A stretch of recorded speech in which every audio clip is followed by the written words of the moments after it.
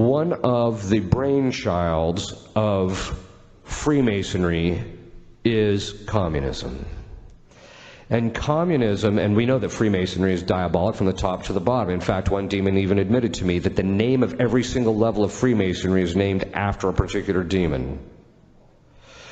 We also know at the very top levels it's actually luciferian. It's not satanic. Satanic, it means that you actually worship Satan, but it's luciferian, which means you become your own god. So we know that at the top it's luciferian.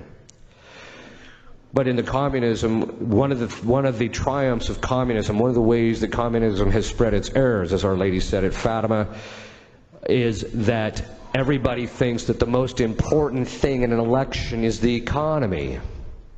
The most important thing in any election is the spiritual and moral welfare of the citizenry. That's the most important thing in an election. The fact that we tend to think it's all about, that the primary thing is about the economy, is the economy stupid? No, actually you're stupid thinking it's about the economy.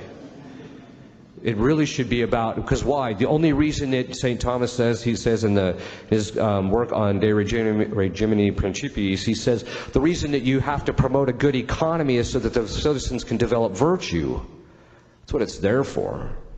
But one of the ways that we're dealing with this indirectly, and this is why we have to part of our spiritual warfare, one of the lower levels is just doing our part to help culture, to help the politics, to help the society, in relationship to how we vote and what we do, etc., what we support, etc. Those are the things that we must do in order to combat the diabolic influence. And that's just all at the level of oppression.